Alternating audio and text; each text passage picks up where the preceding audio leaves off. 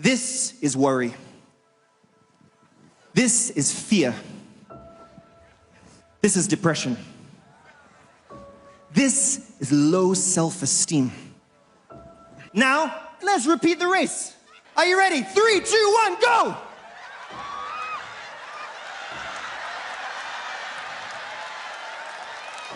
Now, who won the race? The brother without the burden. Do you know the painful thing?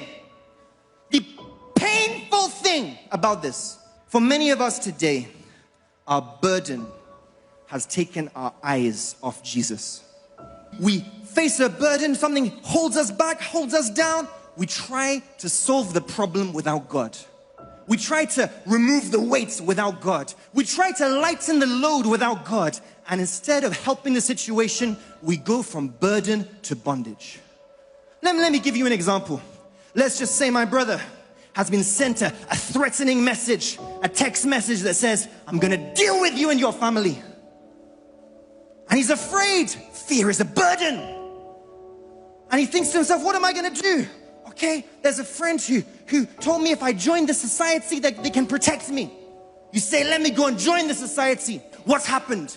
You've gone from the burden of fear to the bondage of witchcraft. You thought you would remove the fear. You've only made matters worse. Another example. Many of us here today, you know what happens? Maybe some of us were depressed. We're busy thinking someone disappointed us. We're busy giving our heart to that disappointment. How could they do this to me? How can they say this about me? Because of that disappointment, that depression, you say, what can I do? Let me go out and enjoy myself. Let me go and take alcohol. Let me go and try drugs, try marijuana, try cocaine. What has happened? You've gone from the burden of depression to the bondage of addiction. You know, some of us, just a simple thing like offense. Someone speaks against you, says something wrongfully against you, and your heart is pained. You begin to focus on the wrong done to you. Think about, how can they do this to me? How can they say this about me? And you think to yourself, the only way I can feel better is to get revenge. They should suffer the way I'm suffering. They should feel the pain the way I'm feeling the pain. You begin to plot and plan how you can get back at the person. You've gone from the burden of offense to the bondage of anger.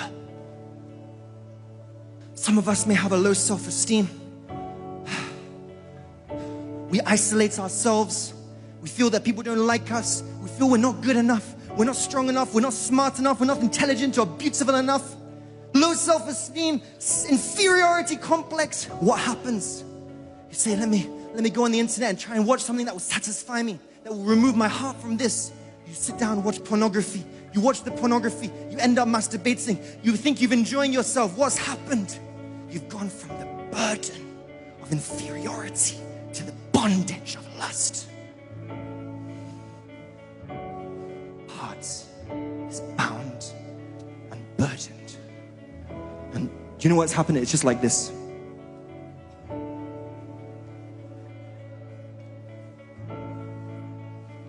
Already he's weighed down. Now he's tied up. It doesn't just end there.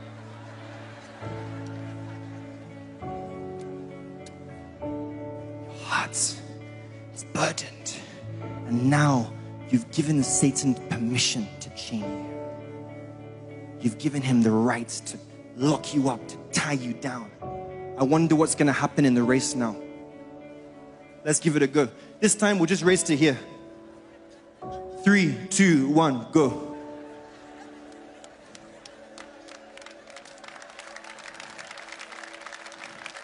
Many of our Christian lives look like this. We're stuck, we're stagnant, we're not moving, we're struggling, but nothing seems to be working. We go to church, we pray, we fast, but our heart is bound and burdened.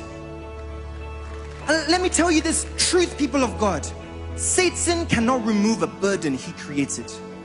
Satan cannot loosen a chain he fastened.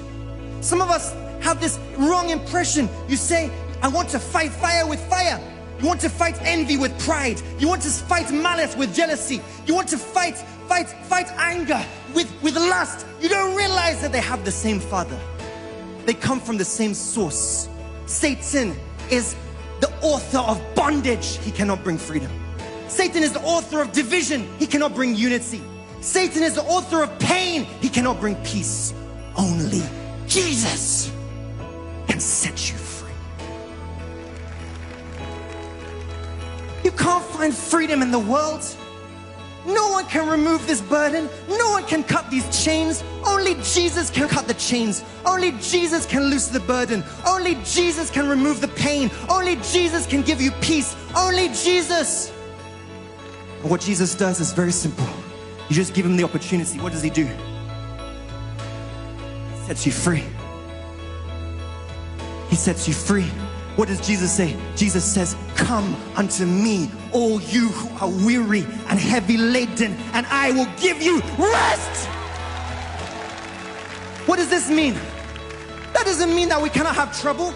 That doesn't mean that people won't speak evil about us. That does not mean there cannot be hardships, but it means you are not alone. You and him are working together. You and him are facing the battle together. You and him are fighting the battle together. You and him are lifting the load together. You and him are facing the persecution together. You are sharing in his ability, sharing in his strength. And as you bless God in your trials, you will be blessed by God through your trials.